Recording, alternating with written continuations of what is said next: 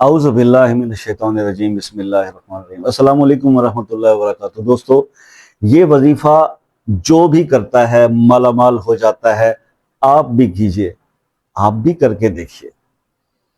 تو کیوں آپ نہ کریں وہ وظیفہ جس کے بارے میں نے آپ کو بتا دیا کہ جس بندے نے بھی اس عمل کو اپنی زندگی کا حصہ بنایا ہے، اس ذکر کو، اس دعا کو کیا ہے، تو اس کو دیکھیں۔ اس کے بارے میں ایک حضور پاک صلی اللہ علیہ وسلم کی حدیث موجود ہے۔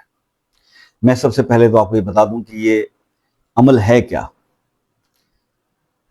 بات یہ ہے کہ جب سرکار نے فرما دیا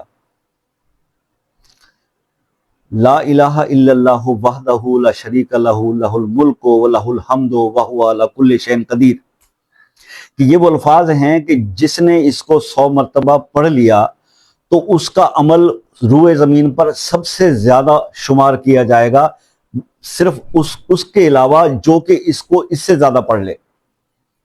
حدیث موجود ہے۔ تو پھر آپ اس عمل سے اس کی برکتوں سے کیسے محروم ہیں؟ اتنا ثواب ملتا ہے، اتنا اجر ملتا ہے اس کو پڑھنے سے، تو یہ سوچو کہ اللہ پاک اس کو پڑھنے والے پر راضی کیسے ہوتے ہیں،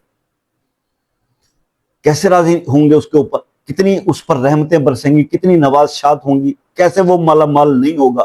دونوں صورتوں میں نیکیوں سے بھی مالا مال ہوگا، اور دنیاوی معاملات میں بھی اللہ سے جو مانگے گا تو اللہ اس کو عطا فرما دیں گے۔ تو یہ چیزیں ہیں، لاجیکلی بات کیا کریں اور لاجیکلی عمل کیا کریں۔ وظیفے کو اپنی زندگی میں جب کسی ذکر ورد کو، کسی دعا کو اپناتے ہیں تو سب چیزیں کیلکولیٹ کر کے چلا کیجیے۔ بہرحال جناب، یہ آپ کو بتا تو دیا میں نے کہ کیا پڑھنا ہے۔ اس کو آپ نے ایک تسبیح فجر کی نماز کے بعد اول آخر 3 بار درود شریف پڑھنا شروع کر دیجئے۔ آپ اس کو کم از کم 2-2.5 مہینے تو لگاتار کیجئے۔ بہت آسان عمل ہے، نیکیاں تو آپ کو ملیں گی، لیکن آپ جب اس کو 120 دن گزار لیتے ہیں اور مطلب 2-3 مہینے اس کو کر لیتے ہیں، تو پھر آپ دیکھتے ہیں کہ اگر آج آپ کلاش ہیں نا، مفلس ہیں، کڑکے ہیں بالکل، تو پھر 2-3 مہینے بعد اپنی اسیسمنٹ کر لیجئے کہ آپ کہاں کھڑے ہوں گے۔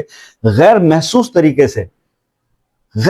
طریقے سے مال و دولت آپ کی طرف چل پڑے گا، اٹریکٹ ہونا شروع ہو جائے گا، اور آپ کا سٹیٹس بڑھنا شروع ہو جائے گا۔ یہ آج کا وظیفہ تھا۔